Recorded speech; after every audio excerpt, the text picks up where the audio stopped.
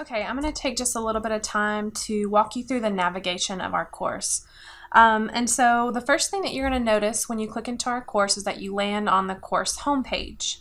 And each week you're going to notice a new message from me, like this one on the course homepage. This message will change from week to week.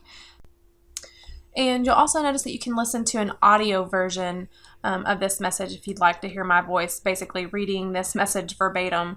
But this message tells you what you can expect for the week, how much time you might expect to spend on the deliverables, and where to click first to get started. So another feature of the homepage that I'm going to add this semester is a folder called Archived Messages so that you can always get back and see previous week's messages. So next week you'll see a folder here on the homepage called Archived Welcome Messages. Okay, so looking at the navigation pane over here on the left-hand side, this is everything you'll need in the course, and I hope that you find it well organized. The first section that you see over here is the course information section. And again, this houses the course syllabus, schedule, and course map. So if you ever lose your printed copy, you can always come back here to download another version or to check quickly something on the schedule. Underneath that section is our course goal, which you'll also find in the syllabus, but I wanted to provide that here for you in case you ever forget. You can come back to this section and it'll always be here. And then under that is the participation expectation. So I have this neat little graphic here with a fish jumping out of the bowl of the bystander and into the bowl of participant. And so I'm basically contracting with you here my expectations of you and what you can expect from me. And so for me, you can always expect me to be accessible to answer your questions, be responsive to your emails and other forms of correspondence, to model an appropriate and professional tone in all of my correspondence, to provide you with substantive feedback on your work in an appropriate and timely manner, and to serve as a neutral voice for group members involved in collaborative efforts. And then from you, I expect you to seek out assistance and resources to help in your in reaching your learning goals. I expect you to invest adequate time to complete all assignments and activities in a substantive, thorough manner. That's an important one to me. I expect you to log in and participate early in the week and frequently. So I don't like to see you wait until the weekend to start because it does you a disservice and your classmates a disservice. I expect you to communicate with me, with your classmates, and with your small group members with respect and professionalism. And I expect you to assist and encourage your fellow classmates and expand your learning community. So in terms of the time commitment that you can expect for this class, it's going to vary from week to week. And like I said, on the course homepage, I'll try to let you know an estimate of the time that I think you're going to need to spend each week. You're going to get out of this class what you put into it. And so I don't want you to wait again until the last minute to complete your work. Again, it shortchanges you, your fellow students, and me. And so you need to give yourself ample time throughout the week, first to review, internalize, and then to apply what you're learning. And this demonstrates your maturity as a graduate student and as a lifelong learner. Okay, and then the last section on this page is common terminology and tools that we use in this course.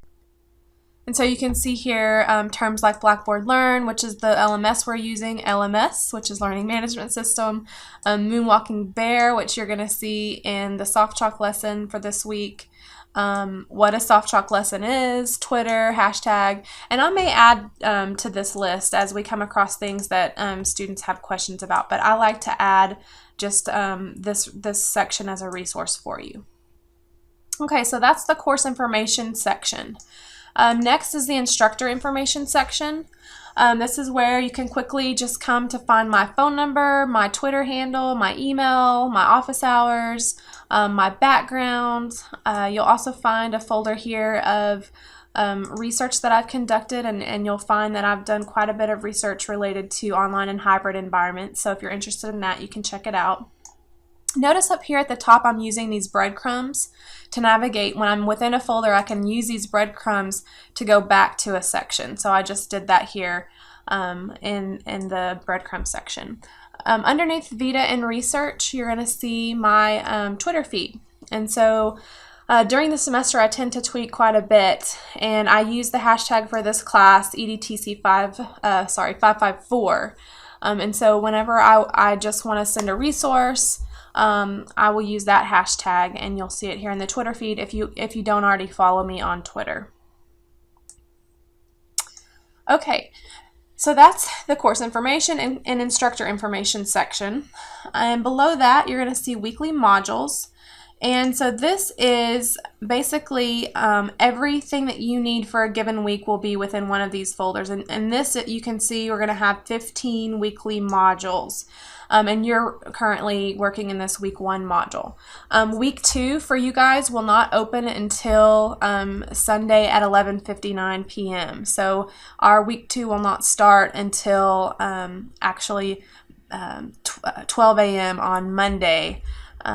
Is when the week 2 module will open. But as you can see, and you're working in week 1 right now, your modules are sequential. So everything you need is located, and you can click through this table of contents here, or you can use this little arrow here to progress through the different parts of the module.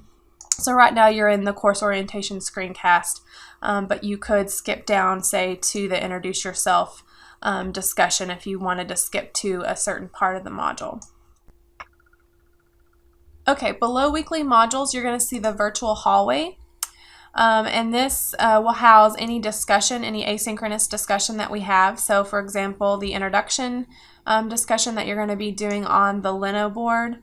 But also there's a place in here for asynchronous discussion on the discussion board. So you can see from last semester all the different types of things that we discussed. And this is just a place for you to post questions, kudos, resources, and that kind of thing. It's I call it the virtual hallway.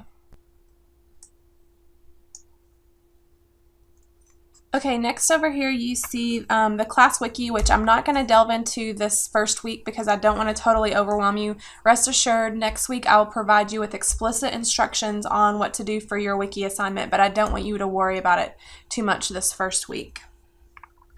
Underneath there is the mail tool, and this is where you can quickly send me or any of your fellow students a message within Blackboard.